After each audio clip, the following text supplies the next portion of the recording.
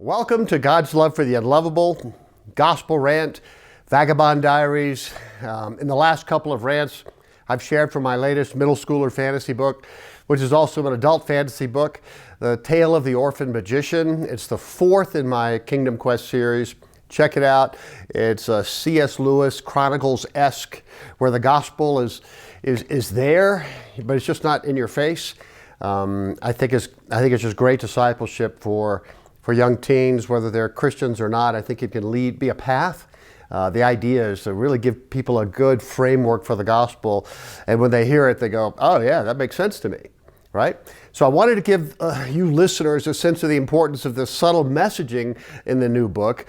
In some ways, like I said, it's discipleship. It's all about our innate, God-programmed, God-designed need to find Father. We're all searching, since the fall, searching for Father. And the only place we can find that ultimately is in His arms, and all the substitutes here just aren't working. And I'm not talking about a male progenitor. It doesn't have to be male. It's this place where I feel safe and secure and adored, and somebody has my back. So searching for Father is just a way to describe that. So today I want to have some fun and introduce the main character, the orphan magician, Reggie. He too is looking for Father, but in this scene he's doing what he does really well, street busking as a magician on the streets of Buzah. And I'm also going to meet his wonderful sidekick, Felix, the magic pouch. They have a great relationship. So enjoy. Welcome to Vagabond Diaries.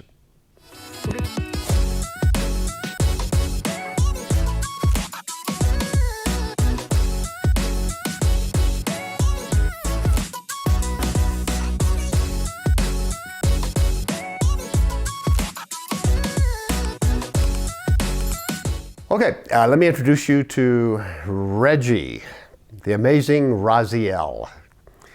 The young, attractive magician, no more than 17 or 18 years old, set up a makeshift table at a busy corner on one of the busiest streets in Buzah. He stood tall and lean, exuding a confident presence that welcomed attention. His striking blonde hair was casually swept back, framing sharp features, hinting at intellect and charisma.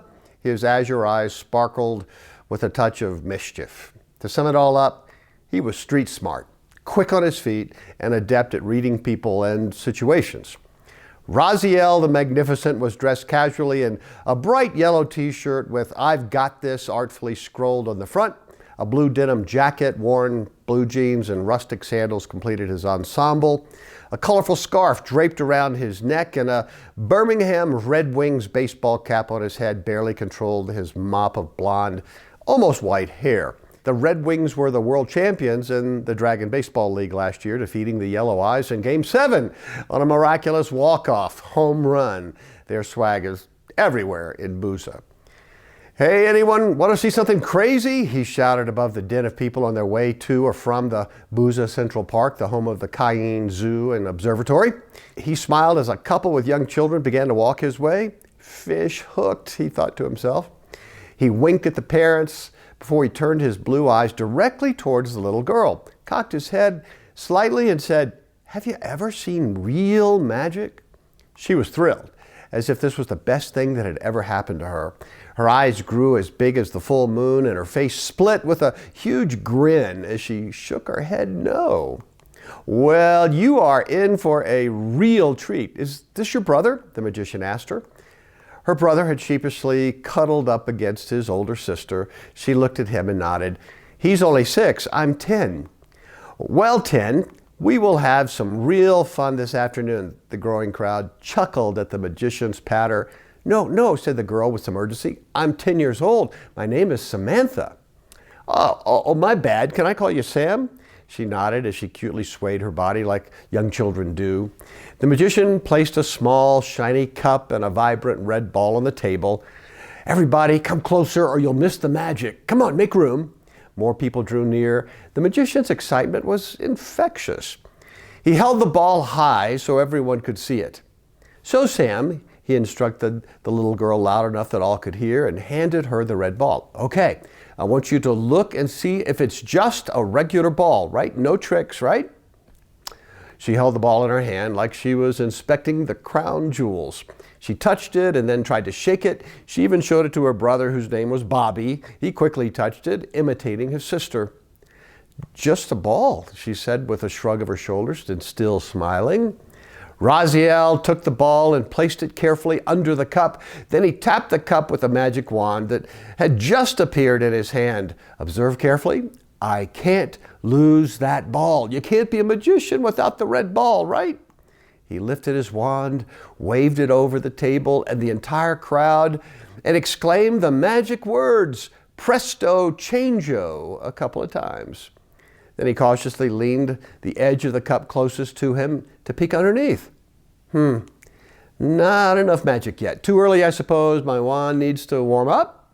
The crowd chuckled as he inspected his wand and shook it around. There, I think we're ready now. The crowd was genuinely enjoying the show. All right, let's try again. Abracadabra and alakazam. "You gotta be kidding me," said a sarcastic voice from somewhere behind the magician. The crowd looked but only saw the concrete wall of the building. "Abracadabra," the mystery graveled voice repeated with disdain. "That old trope, nobody's gonna believe that silliness." The girl was the first to notice that the voice didn't come from a person but from the pouch the magician wore on his left side. It was speaking. She pointed and said, "Sir, your purse is talking." "Purse," said the clearly offended pouch. "Hey, you're an adorable little girl, but who are you calling a purse? I'll let you know I'm a pouch, which differs greatly from a purse. I mean, purses are used to store things like lipstick, keys, and other things we won't mention here. They're big and sturdy, and they can even be used to hit people. They're formidable weapons. I'm a pouch, a magic pouch Felix, at your service."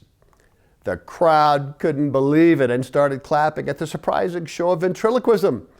It really looked like the pouch was speaking. The rim of the pouch was even moving like funny lips. This was amazing. Okay, no staring. Take a picture if you need to," said the pouch with a deep, rough voice. "I would sign the pic, but hey, I don't have any hands. That would be ridiculous. I mean, a pouch with hands." The crowd laughed again. "Okay, Mr. Magician, Raziel the Magnificent," chirped Felix. "Dig deep and come up with some better and at least partly believable magic words, please. We're begging you." The crowd giggled again, but there was growing expectation that this magician and his trick would be memorable. Okay, said the magician as he put his finger to his lips and thought for a time. Hocus pocus, perhaps? No, too trite. Alakazam? Sam, any good ideas? Well, I saw a movie a while back and the magician said Walla Walla and Sim Salabim. "Ooh, I like Sim Salabim," quipped Felix as the pouch moved excitedly. "And so it shall be," said the magician with a bow of his head toward Sam. Then he energetically waved the magic wand over the table and exclaimed in his most magic-sounding voice, saying each word carefully and separately, "Sim, Sala, Bim." His eyes turned blank, staring at the sky above the crowd, but to everyone's surprise, his gaze was replaced by small burning fires. The crowd gasped and drew back slightly. "Really, Roz?" said Felix condescendingly. "The burning eyes thing? Cheap party trick. These fine people deserve better." The crowd took a unified breath and chuckled nervously as the magician's eyes returned to normal, and he smiled generously and safely. "I thought it would add to the magic." There you go, thinking again," quipped Felix. Then with an endearing wink, Raziel lifted the cup to reveal the ball was gone. The crowd gasped in surprise, their eyes widening in astonishment. They erupted in thunderous applause. Okay, enough. He's got to get a big head," complained Felix. "Look, we all know he palmed the ball sometime when everyone was looking at his eyes. No biggie, not real magic." "Au contraire, mon frère," said the magician to his pouch in a terrible and exaggerated French accent. The corners of his mouth turned upwards slightly. He looked over at 6-year-old Bobby endearingly. "My man, what is that you have in your pocket?" Bobby's eyes arched in surprise. The magician was speaking directly to him. "Bobby," said Samantha, "look in your pockets. Is there something in one?" Bobby stuck his hands in both of his pockets simultaneously and paused. When he pulled his left hand out of his left pocket, he held the missing red ball. The crowd burst into laughter and applause. "All right, I'm a little impressed too," said the pouch sarcastically. Certainly all part of the show. So if you enjoyed the show, please consider tossing a few coins, dollars, gold bars, credit cards into the magic hat on the table. He paused and smiled. This patter was well practiced and delivered flawlessly. I am Raziel the Magnificent, and this is my pouch. What's his name? "Hey, I'll get you for that," threatened Felix. "Next time, I'll take the ball." "Oh yeah, I don't have any arms." Laughter again. One by one, people came forward, thanked the young man for his amazing trick, but they were most impressed by his skill as a ventriloquist.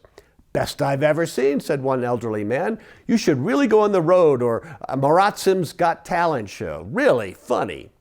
Raziel thanked him generously and gave a red sucker to both Sam and Bobby. The end.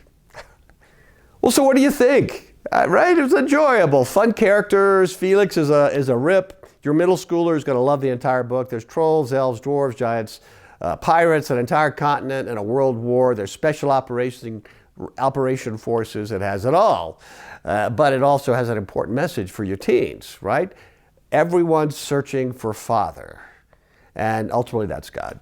Ultimately, in the book, that's the King, right? So here's my invite. Sure, The Tale of the Orphan Magician is for 10 to 15-year-olds, but Lewis said that a children's fantasy book that adults don't like is just not a good fantasy book, period. And I agree. So check it out. It is adult-worthy. You're going to enjoy it, I promise. I don't have a greater source of this message, this longing for Father right now, than this children's book. So on June 2nd, it's going to be available on Amazon and Kindle, along with others in the Kingdom Quest series. If you want me to share some of my thoughts, my passions with your church, your youth department, your pastors, let me know and get in touch with me, bill@gospel-app.com. I think this searching for Father is an important message and should be incorporated into our gospel presentation. Yep. Take heart, child of God.